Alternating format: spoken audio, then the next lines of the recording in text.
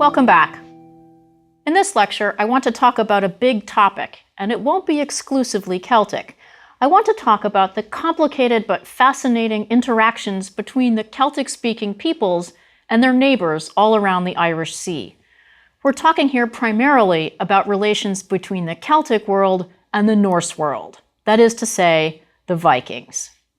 So in this lecture, we'll be concentrating on the many ways in which these two worlds, each of which is extremely culturally rich in its own right, interacted with each other, both peacefully and not so peacefully.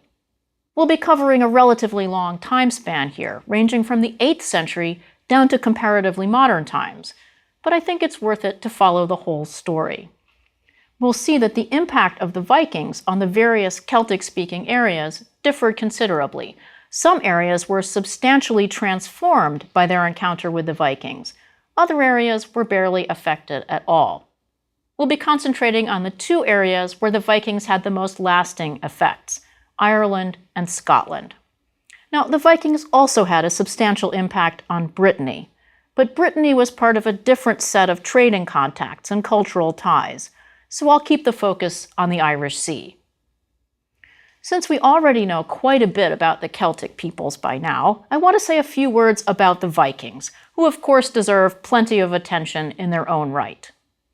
The name Viking is not technically an ethnic name at all. It's more of a description of an occupation. To go a Viking meant to go out raiding.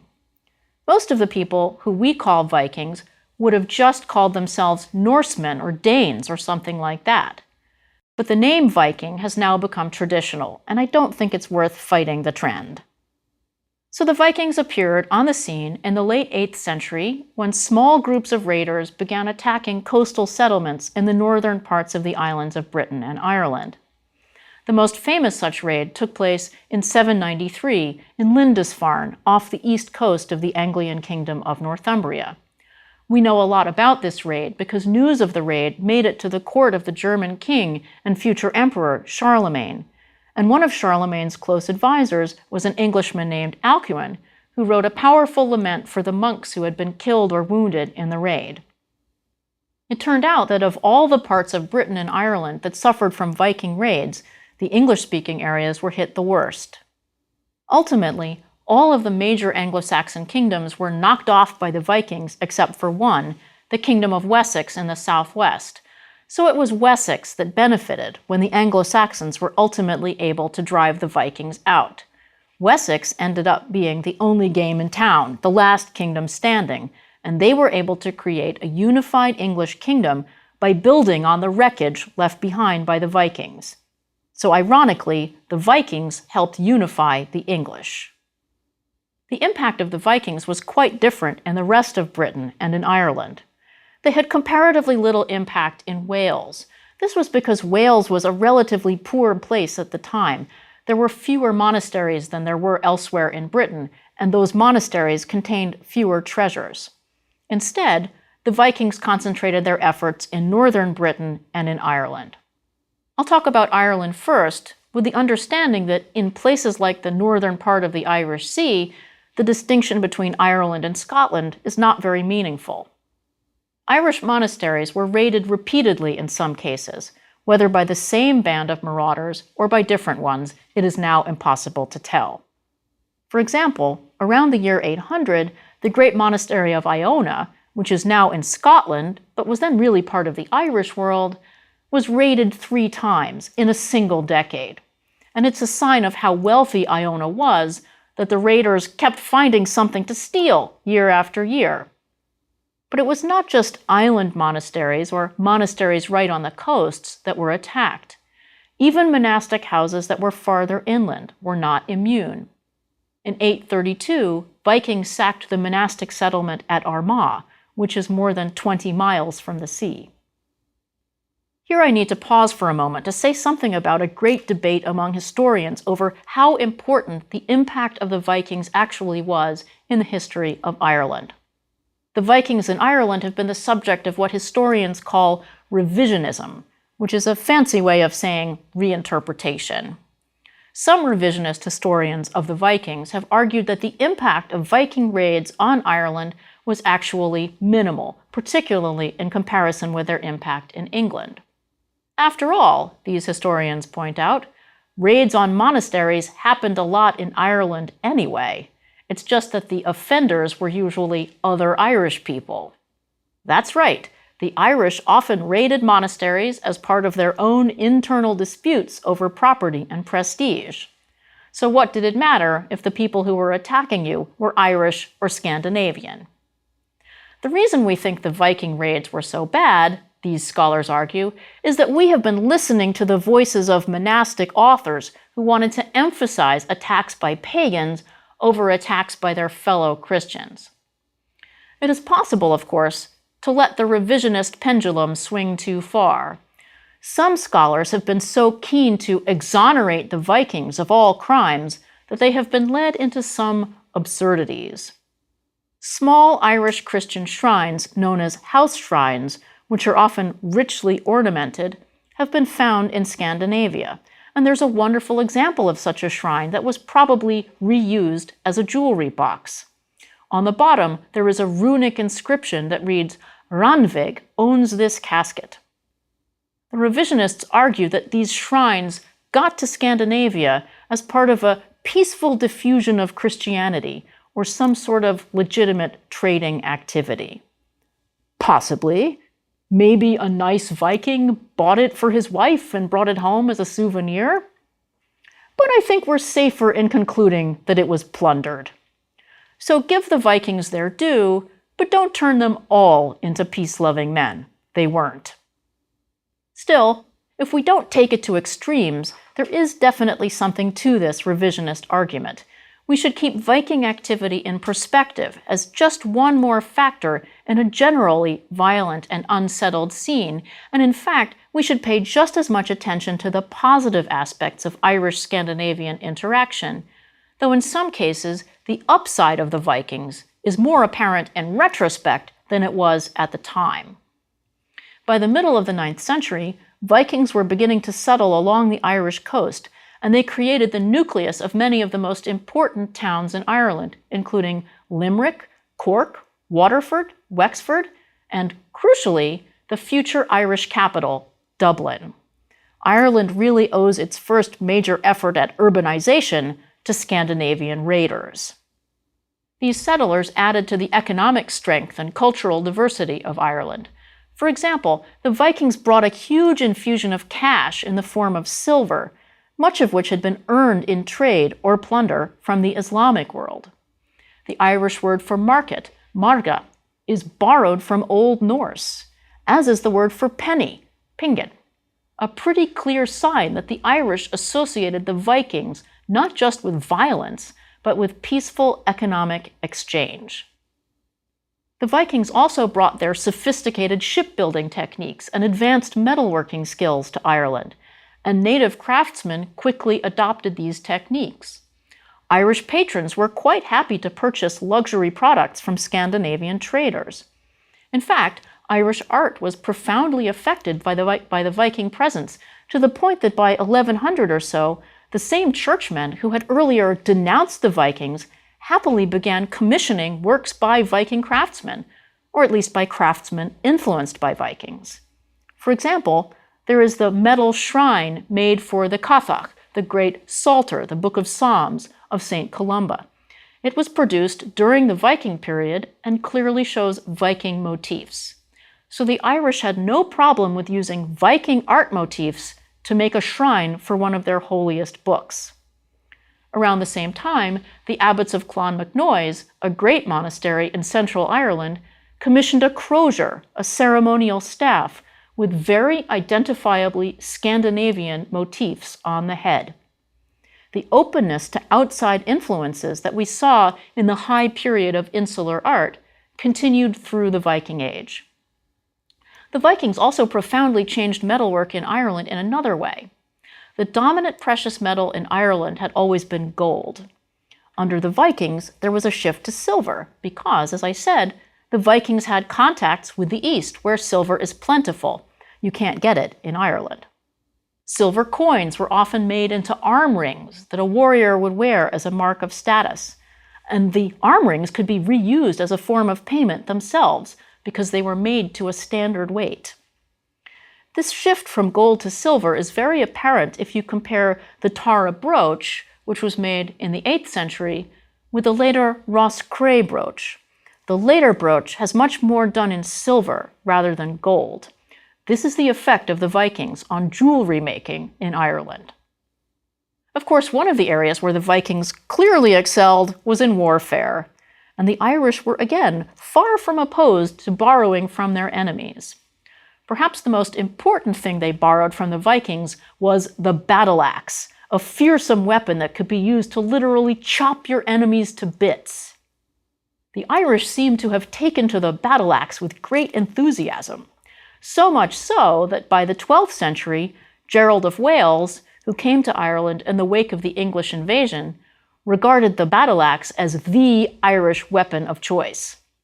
In fact, a contemporary manuscript of his book, The History and Topography of Ireland, shows the invading English soldiers with swords and the Irish with axes. Gerald was probably totally unaware that the axes were a recent import to Ireland.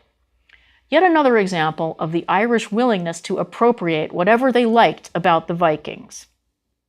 And it wasn't all war, of course. This assimilation was taking place in personal relationships as well. There seem to have been numerous intermarriages.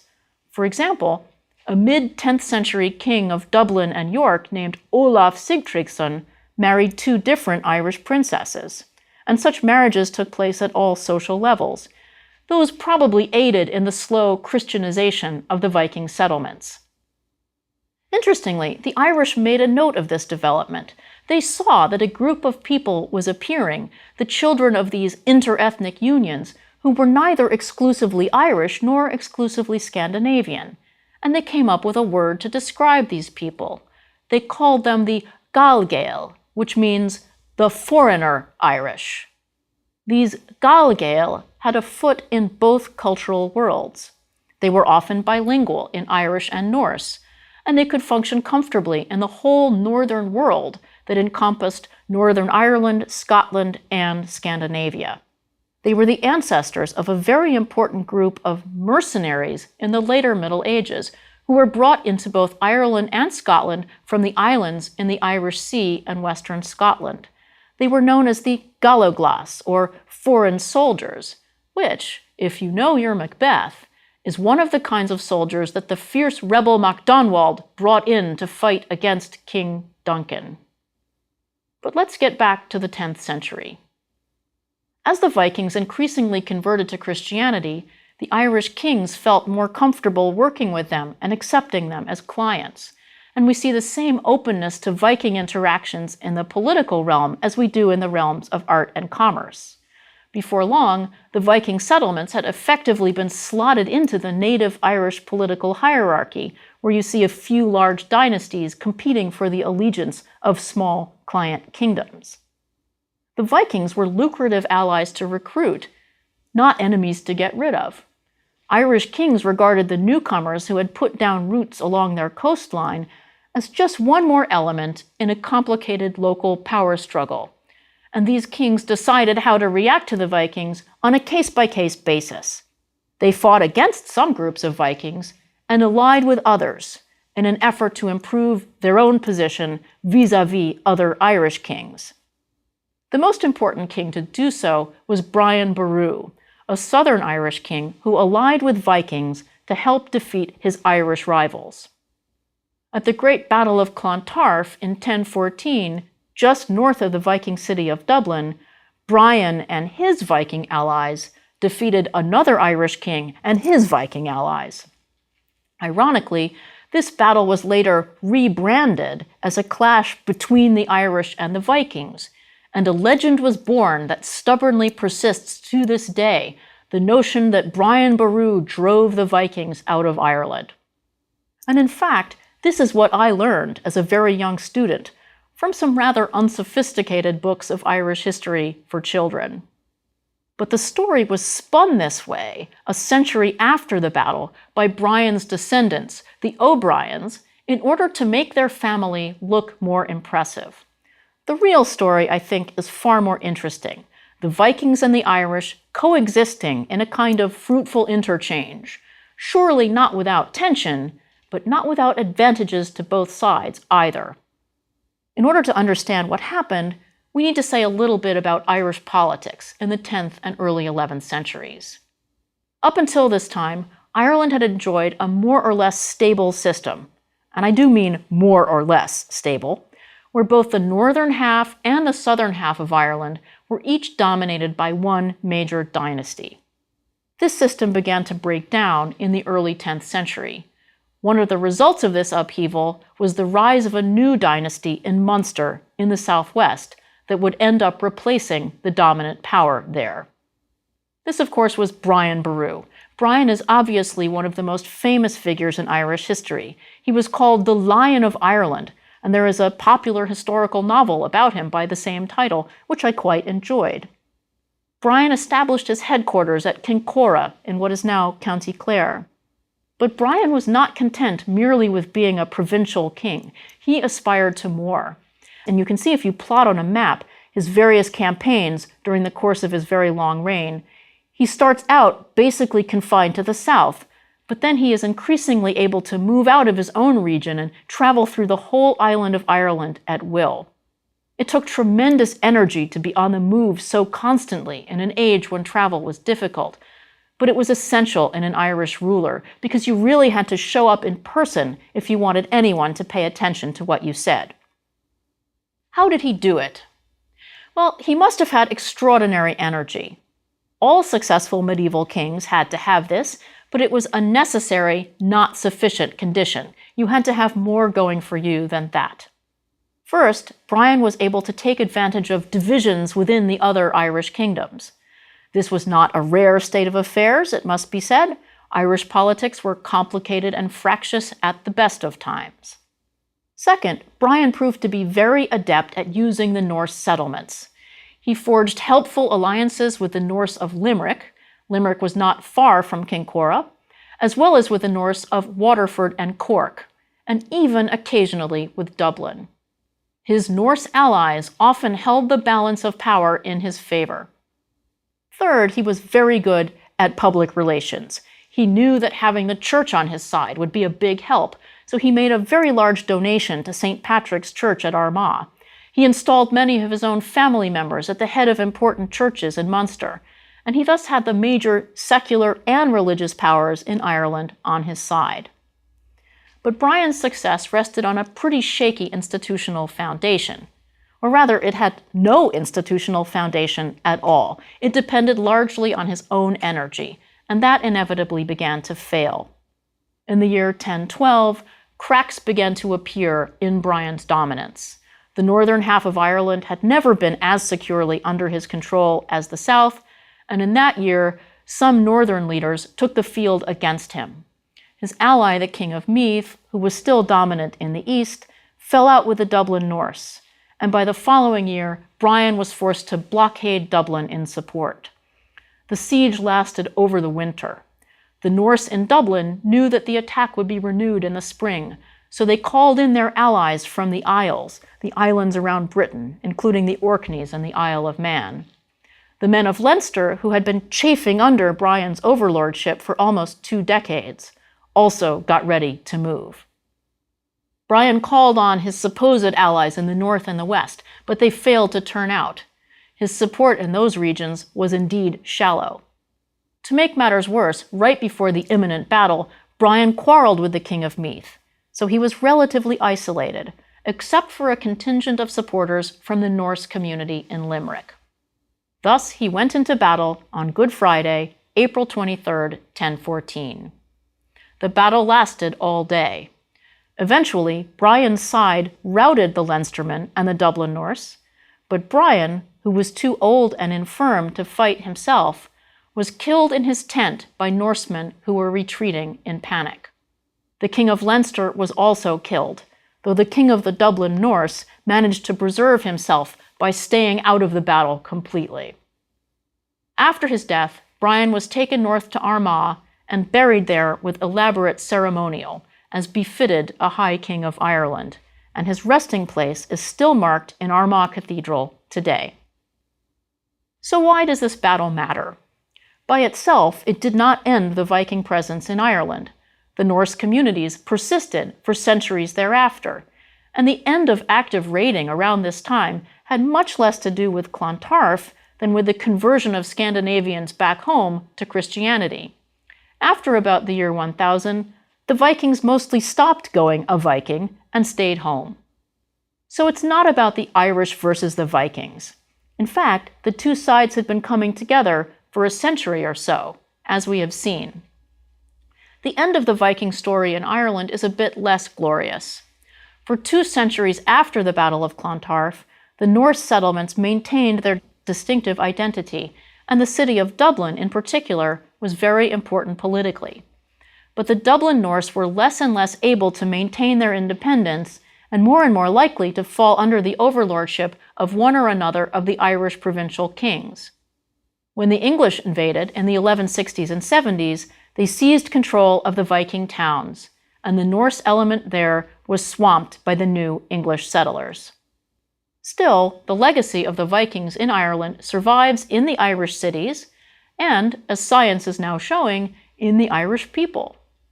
I have a friend whose ancestry is supposedly 100% from County Cork in southwest Ireland, but her genetic profile contains a significant percentage of Scandinavian ancestry. Many personal names that now seem to us quintessentially Irish are actually Scandinavian in origin, such as Doyle, which means son of the dark foreigner, or McAuliffe, which means son of Olaf. So the Viking influence on Ireland needs to be uncovered, but it's certainly there. I want to turn now to Scotland, where the story was somewhat different. Here, the Norse maintained a separate identity for far longer than they did in Ireland. The Vikings settled more extensively in parts of western and northern mainland Scotland and in the islands around Scotland, both to the west and to the north, and there was no English conquest of Scotland to erase their cultural presence. Thus, Scotland was much more diverse, both ethnically and linguistically, than Ireland was. Scotland, of course, had always been diverse. You may remember that in the early Middle Ages, many languages were spoken there simultaneously, not all of which were Celtic. But now the Norse language was added to the mix. We have less information about the early years of Norse activity in Scotland because there are fewer records that survive.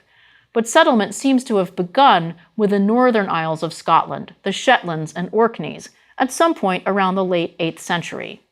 The indigenous inhabitants of these islands probably spoke Pictish at the time, but Scandinavian influences quickly prevailed. The Norse influence on Scotland was very long-lasting indeed. The northern islands of Scotland were culturally Norse rather than Gaelic. In fact, a local variant of the Norse language known as Norn was spoken in those islands down to the 18th century. The height of the Scandinavian advance probably occurred in the middle of the 11th century with the career of the formidable Thorfinn Sigurdsson, Earl of Orkney. Thorfinn was able to extend Scandinavian rule onto the mainland of Scotland in the far north, and that is still the part of the mainland with the highest concentration of Norse place names, such as Sutherland, Wick, and Dingwall. Thorfinn is an interesting character, and it would be nice to know much more about him. He is the subject of a saga in Old Norse, which is a good sign of how important Scotland was to the large Scandinavian cultural realm. Although many details of Thorfinn's life are uncertain, he was clearly a classic example of the kind of cultural hybridity that we find in this area. His father was a Scandinavian earl named Sigurd, who died at the Battle of Clontarf in 1014. But his mother was the daughter of a Scottish ruler, possibly King Malcolm II of Scotland, though other candidates have been proposed. This means he was undoubtedly bilingual in Norse and Gaelic.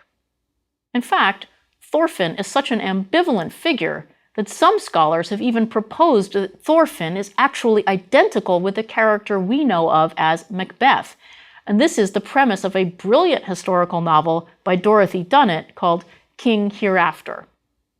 I am not persuaded, much as I love the novel, But the fact that this hypothesis could gain any traction at all is a good sign of how intermingled the Celtic-speaking and Norse-speaking worlds were at this period.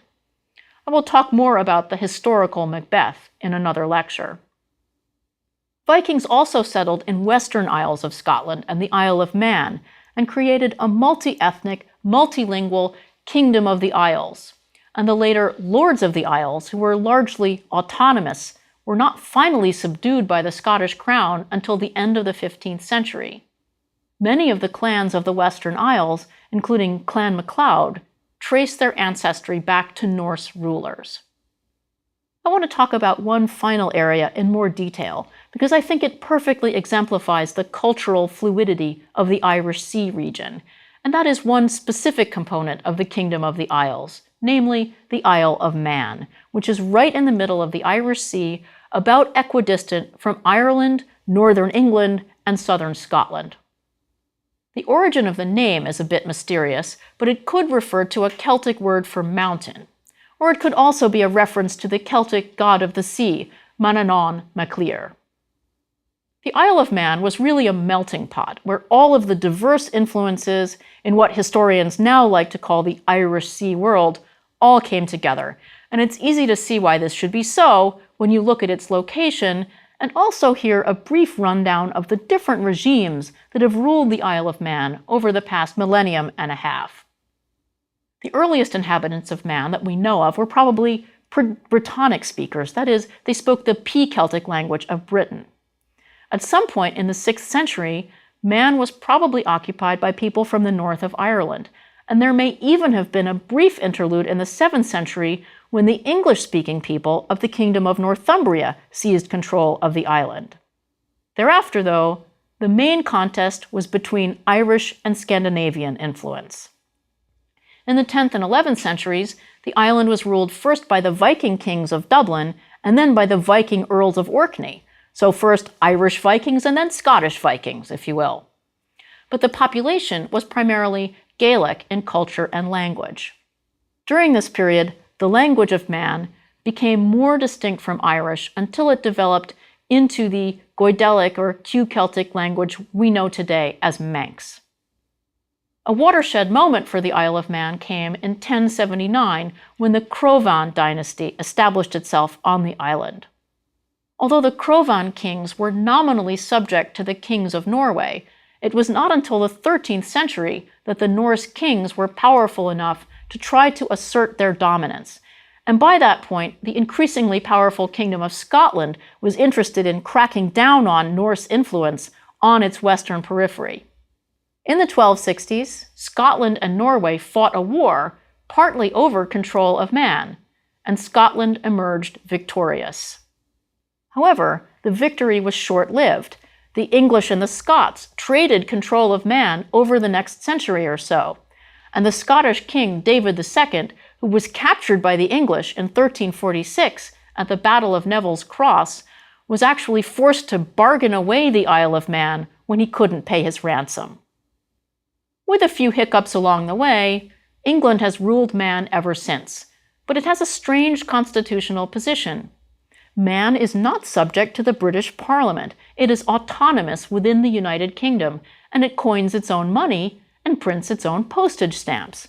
In fact, it makes a lot of money on stamp collectors. The Manx language, alas, is largely extinct, though there are efforts underway to revive it. Of course, we can't leave this discussion without touching on a topic that probably most people think of first when they think of the Isle of Man, and that is the famous Manx cat. Manx cats have no real tails. The taillessness is caused by a genetic mutation that seems to have arisen independently on the Isle of Man. There are all sorts of legends about the cats, including one in which the cats arrived on a ship of the Spanish Armada that was wrecked, and the cats swam ashore. Not very likely. But interestingly, sort of like there is with the Irish Book of Invasions, there is a grain of truth to the Spanish connection with the Manx cats, in that the cats of the Isle of Man turn out to be descended from the Spanish wildcat, rather than the common European wildcat, which is where the other cats of Britain and Ireland come from. So maybe the first cats came with the sons of meal. We end with the Isle of Man because it is right at the center of the Irish Sea world, and because it perfectly encapsulates the kind of interplay of cultures that makes this region so fascinating. The Celtic-speaking peoples were always open to outside influences, and for many years they existed in close contact with Scandinavian peoples. Some of these encounters were violent, but many were fruitful, and they have left a lasting legacy in the landscape and people of this fascinating region.